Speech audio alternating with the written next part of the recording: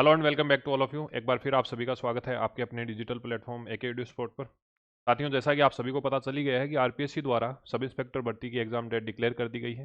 हालांकि exam date काफ़ी पहले डिक्लेयर कर दी गई थी, पर उसमें कुछ स्लाइटली चेंज देखने को हमें मिले हैं। तो एग्ज़ाम 5 तारीख को होनी थी, 5 तारीख को 2 शिफ्ट के अंदर होनी थी, उसे अब एक्सटेंड कर दिया गया है और एक्सटेंड करने के बाद में 5 तारीख के साथ साथ में उसे जो है वो 6 तारीख को भी आयोजित किया जाएगा।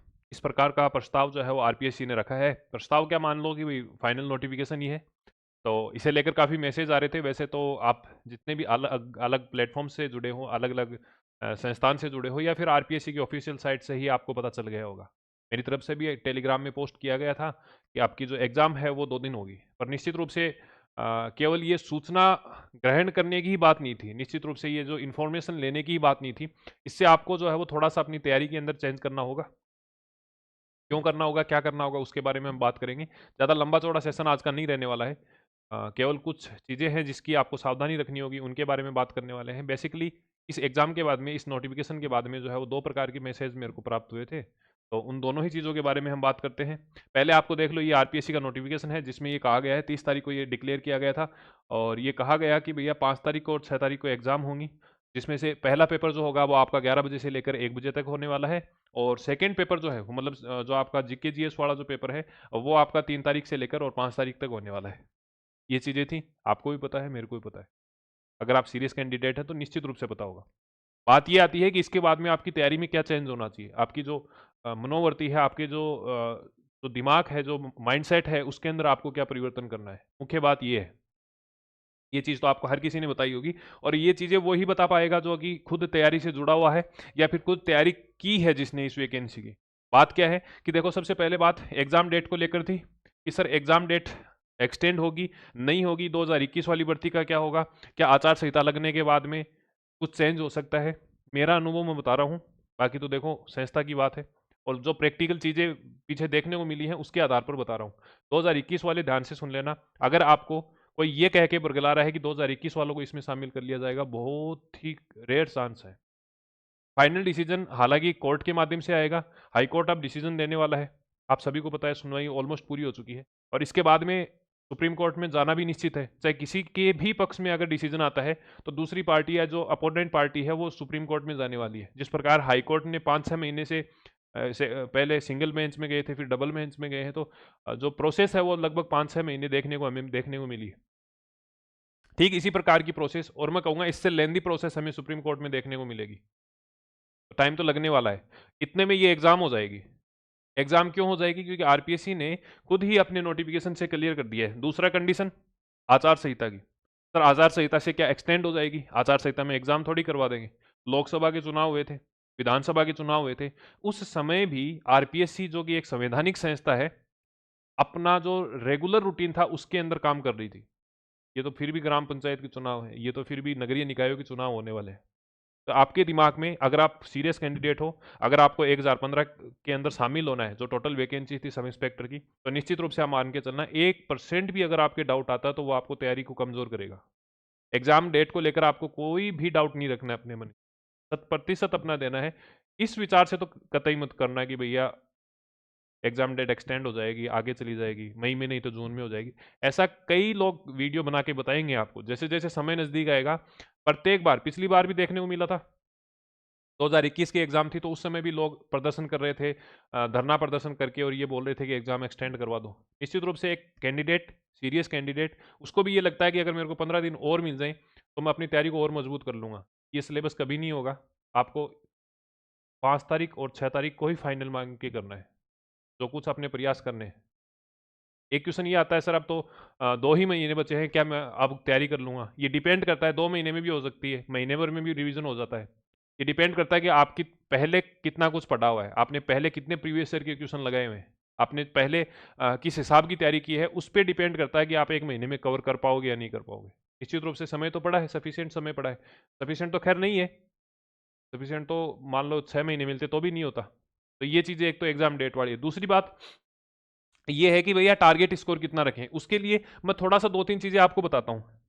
आज से लगभग कुछ समय पहले मैंने आपको बताया था कि भैया एसआई वाले जो है, 40% का बैरियर तो उनको रखना ही है। ये फर्स्ट ग्रेड के लिए भी होगा, ये सेकंड ग्रेड के लिए भी होगा, आरपीएससी की अन्य जो एग्जाम है, जो रेगुलर रूटीन की एग्जाम है, वहाँ 40% का नियम है, सभी लोग वाकिफ है इस चीज़ से। परंतु सब इंस्पेक्टर वालों को विशेष ध्यान रखना है। क्यों? क्योंकि आपको पता है कि जो आपका टारगेट स्कोर है वो कैसे करोगे आप, टारगेट स्कोर कैसे करोगे? आप सभी को पता है 2 आपके पेपर होंगे, उनमें इंडिविजुअल आपको 36% का स्कोर करना होगा। 36% रिटर्न के अंदर फर्स्ट पेपर में लाने हैं, 36% सेकंड के अंदर लाने हैं। और इन दोनों को मिलाकर आपको ध्यान रखना है कि कुल जो है वो एग्रीगेट आपका 40% का होना चाहिए। ये चीज़ें मैं उस समय भी बताया था मैंने, और अब भी वापस बता रहा हूँ। इसमें अब स्लाइटली चेंज है। क्या चेंज है? ये जो 36% है और ये जो 40% है, ये पूरा का पूरा आपको भूलकर और अब 45% करना होगा। कितना प्रतिशत करना होगा? 45%। मतलब रिटर्न के अंदर आपको 45% मिनिमम क्राइटेरिया अब अपनी तरफ से निश्चित करना होगा। आरपीएससी ने नहीं कहा है, पर मैं कह रहा हूँ। क्यों कह रहा हूँ? एक बार छोटा सा जो है आपको डेमो दिखा देता हूँ मैं। पिछली बार आप सभी को पता है 2021 की भर्ती थी, और 2021 की भर्ती 3 शिफ्ट के अंदर आयोजित करवाई थी, 13 सितंबर को, 14 सितंबर को और 15 सितंबर को। जिस प्रकार इस बार जो है वो 5 अप्रैल और 6 अप्रैल को आयोजित करवाई जाएगी। यहाँ आप एक बार देखना कि कोई कैंडिडेट है, ये सभी ऐसे कैंडिडेट हैं जो मेरे नॉन पर्सन थे, कहीं ना कहीं मेरे टच में थे, उनकी मार्कशीट है, तो आइडेंटिटी यहाँ से आपने हाइड करी दी है। यहाँ पर देखना आरपीएससी ने क्या कहा कि भैया आपके जो रॉ मार्क्स हैं वो 131 हैं, आपके जो एक्चुअल मार्क्स हैं वो कितने हैं? 131 हैं, उनमें से 120 नंबर कर दिए घटा के। तो यहां पर घटाए कितने? -10। मतलब अगर आप एग्जाम के अंदर 65 क्वेश्चन करके आ रहे हो, 65 क्वेश्चन करके आ रहे हो, और जब आपके फाइनल मार्क्स आते हैं वो काट पीट के 60 क्वेश्चन ही हमें देखने को मिलेंगे। क्या सर ऐसा फिक्स है क्या? नहीं है। आपकी किस्मत डिपेंड करती है, आपका लक डिपेंड करेगा कि आप किस दिन आते हो। कुछ बच्चों के बड़े भी थे, कुछ बच्चों के घटे भी हैं, पर हम यहाँ पर सेफेस्ट और वर्स्ट कंडीशन लेके चल रहे हैं। तो ऐसी कंडीशन में हमें ये मान के चलना है कि मेरे तो घटेंगे। बात ये आती है कि जब आप मिनिमम क्राइटेरिया अगर 45 अपनी तरफ से करके रखोगे, काट पीट के ऐसी स्थिति तो आ जाएगी कि 40 आ जाएंगे। आ रही है बात? यहां पर देखना 92 थे, 92 से 91 हो गए। मतलब इस कैंडिडेट के 11 मार्क्स जो हैं वो अपने आप कम कर दिया आरपीएस नॉर्मलाइजेशन के चक्कर में। ठीक है, और देख लेते हैं। और देखो 183 थे, 183 से बढ़ाकर 191 कर दिए, तो ये तो बेनिफिशियल है। पर हम बता थोड़ी सकते हैं कि किस शिफ्ट में हमारा होगा, और उस शिफ्ट के जो है वो बढ़ेंगे या घटेंगे। निश्चित रूप से आप मान के चलना, इस नोटिफिकेशन से, ये जो नोटिफिकेशन है, ये नोटिफिकेशन कई बच्चों के सपने तोड़ेगा। कई बच्चे जो सीरियस कैंडिडेट हैं उनके जो है, आप ये मान के चलिए कि सपने जो है वो तोड़ने वाला है। 1 मिनट रुकना भैया।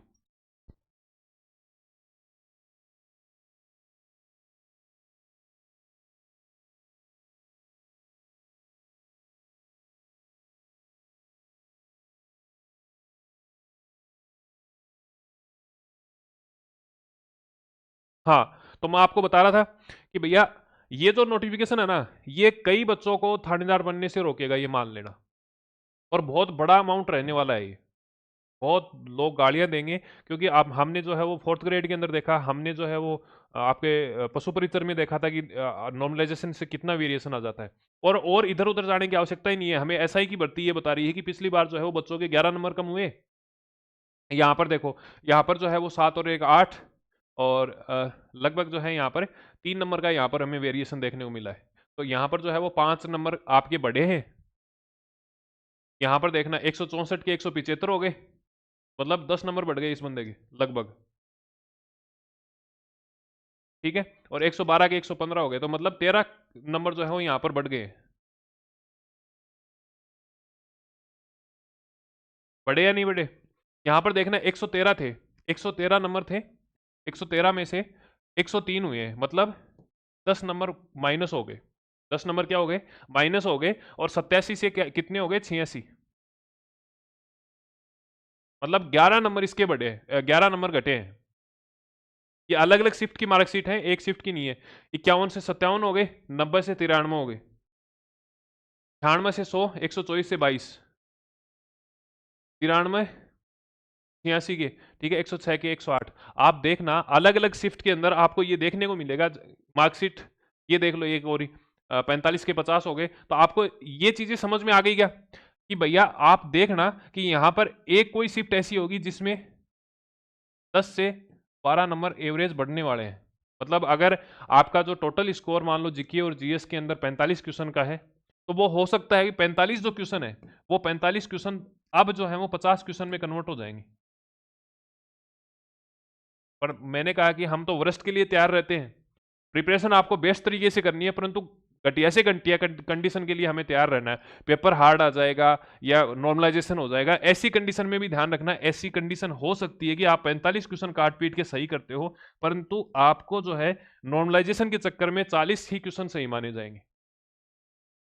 ये चीजें ध्यान रखनी है, इसीलिए मैंने आपका सेशन आज का लिया है। एक चीज और, मैंने 40% वाला वीडियो बनाया, उस समय मैंने कहा था कि फिजिकल का आपको आज कोई नहीं कह रहा, ना ही कहेगा। मैं आपको कह रहा हूं, चाहे छोटा भाई मान लेना चाहे बड़ा भाई मान लेना। मैंने ऐसे ऐसे लोग देखे हैं, ऐसे ऐसे धुरंधर देखे हैं, जिनके अगर सिलेक्शन होता तो हो सकता था उनकी फर्स्ट रैंक भी आती, पर उनका फाइनल सिलेक्शन नहीं हुआ। क्यों नहीं हुआ? आपने केवल ये रिटर्न के मार्क्स देखे होंगे। अभी मैं एक मार्कशीट आपको दिखाता हूं, शायद आप में से किसी ने ध्यान नहीं किया होगा। ये मार्कशीट देखना, आप देखोगे इस बंदे के रिटर्न रिटर्न में, केवल रिटर्न के अंदर 338 नंबर है, जो कि पिछली बार थे।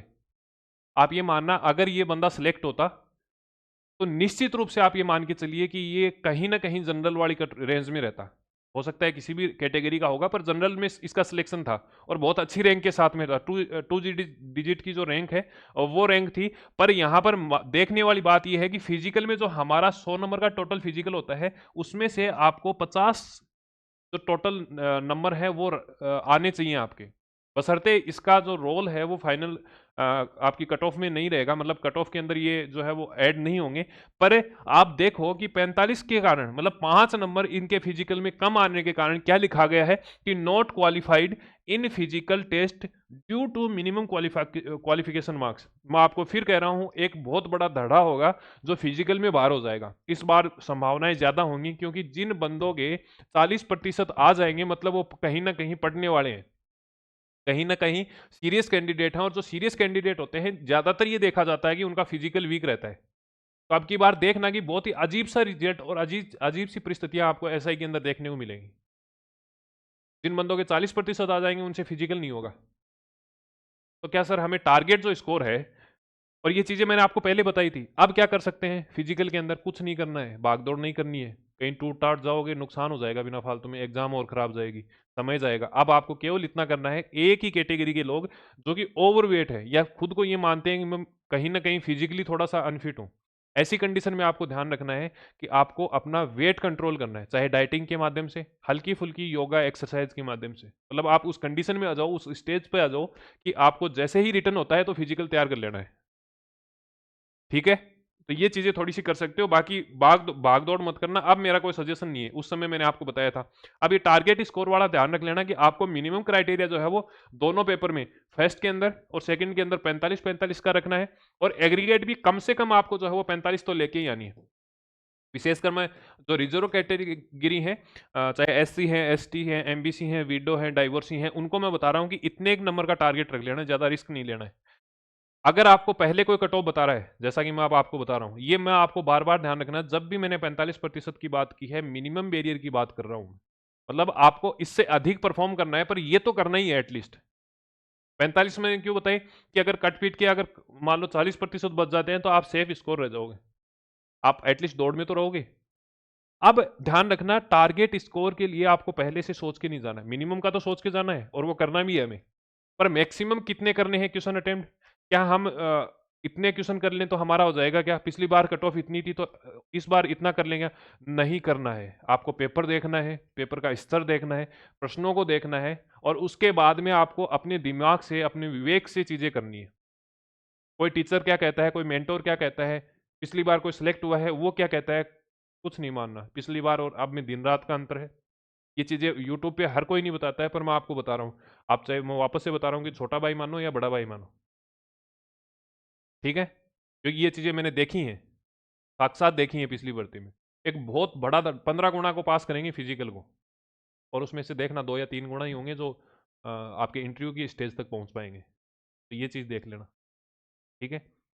मेरे हिसाब से इसमें कोई डाउट नहीं रहा होगा। एग्जाम डेट पता करना महत्वपूर्ण नहीं था, एग्जाम डेट के बाद में आपका माइंडसेट किस प्रकार से काम करना चाहिए वो महत्वपूर्ण है। क्या आपको किसी भी वीडियो में, किसी भी चैनल पर, किसी भी प्लेटफॉर्म, किसी भी संस्था द्वारा ये चीज़ें बताई गई हैं? नहीं बताई। क्योंकि ये चीज़ें वही बता पाएगा, ये चीज़ें वही फील कर पाएगा जिसने पिछली बार पेपर दिया है और जो पिछली बार इन चीज़ों से गुजरा है।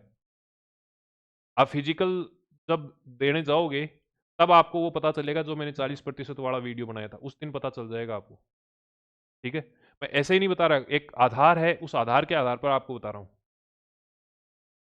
ठीक है? अब आप में से अगर कोई एसआई की तैयारी कर रहा है, तो उसके लिए हमने करंट अफेयर का वन स्टॉप सॉल्यूशन है, या कोई भी एग्जाम की तैयारी कर रहा है, करंट अफेयर आपको टेंशन लेने की आवश्यकता नहीं है। इससे जुड़ इस हमारे जो वन स्टॉप सॉल्यूशन है, उससे जुड़ने का फायदा क्या रहने वाला है? उससे आपको प्रत्येक महीने 10 से 15, 20, 25 मतलब मैक्सिमम 25 पेज आपको मिलते हैं करंट अफेयर के, उतना कवर करना है। उसमें नेशनल भी आ जाता है, इंटरनेशनल, स्पोर्ट्स, टेक्नोलॉजी, आपका जो है वो राजस्थान वाला करंट अफेयर सारा आ जाता है। सोर्सेज क्या रहते हैं? मैं खुल के बताता हूँ, कोई नहीं बताता, मैं खुल के बता रहा हूँ। सूजस हम पढ़ते हैं, आप खुद से पढ़ सको तो इसमें मत करना इनरोल, कोई आवश्यकता नहीं है। सूजस पढ़ो राजस्थान के लिए, न्यूज़पेपर पढ़ो राजस्थान के लिए, पीआईबी इंटरनेशनल के लिए, एआईआर पढ़ो। ठीक है? खुद से पढ़ो तो ठीक है, हम हमारी तरफ से इसको दे ही रहे हैं। वैलिडिटी कितनी रहेगी? तो हमने ये जो कोर्स है, ये जनवरी 2025 से स्टार्ट किया था, और अभी जो है वो दिसंबर 2026 तक रहने वाला है, मतलब इस साल के दिसंबर तक रहने वाला है। कुल मिलाकर नॉमिनल प्राइस के अंदर आपको 24 महीने का करंट अफेयर मिलेगा, जिसमें नोट्स मिलेंगे, जिसमें टेस्ट मिलेंगे। अदर जितने भी, जैसे आर्थिक समीक्षा बजट हमने पिछली बार का ऑलरेडी अपलोड कर रखा है, अभी केंद्र सरकार और राज्य सरकार का आएगा तो वो भी हम अपलोड कर देंगे। साथ ही साथ कई बार होता क्या है कि करंट अफेयर के क्वेश्चन रिपीट हो जाते हैं, और अगर रिपीट भी नहीं होते तो हमें एक पैटर्न पता चल जाए, इसके लिए हमने 2025 जो जनवरी है, उस जनवरी से लेकर अभी तक जितने भी पेपर हुए हैं, उसमें आपका आरपीएससी के भी पेपर शामिल है। आरपीएससी ने फर्स्ट ग्रेड के लिए हैं, सेकंड ग्रेड हैं, पीआरओ हैं, और अधीनस्थ बोर्ड का जितने भी पेपर हुए हैं, और यूपीएससी ने जितने भी पेपर लिए हैं, वो सारे के सारे क्वेश्चन आपको यहाँ पर देखने को मिलते हैं। ठीक है? तो ये पीडीएफ समय समय पर अपडेट होती रहती हैं। महत्वपूर्ण जो भी आपके पदाधिकारी राज्य सरकार की और केंद्र सरकार के हैं, विभिन्न आयोगों के हैं, तो वो सारे के सारे यहाँ पर आपको देखने को मिलते हैं।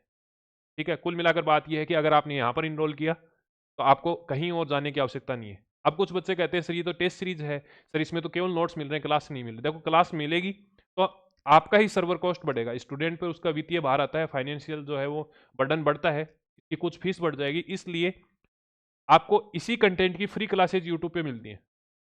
ठीक है? तो यूट्यूब पे हम क्लास और कंटेंट आप देख सकते हैं, उसके बाद में इनरोल कर लेना। अगर आप खुद से पढ़ सकते हैं तो वेल एंड गुड है। सेल्फ स्टडी मतलब the best way to crack any preparation exam या कंपटीशन एग्जाम। ठीक है? अब अगर आप एसआई की तैयारी कर रहे हैं, पर्टिकुलर हमने एक टेस्ट सीरीज चलाई थी, उस मतलब एक सामान्य तौर पर इसे टेस्ट सीरीज बोला गया है, पर ये टेस्ट सीरीज से कहीं ज़्यादा है। क्यों है? क्योंकि इसमें देखो, सीधी बात है, टेस्ट सीरीज है तो टेस्ट तो आपको मिलने ही वाले हैं।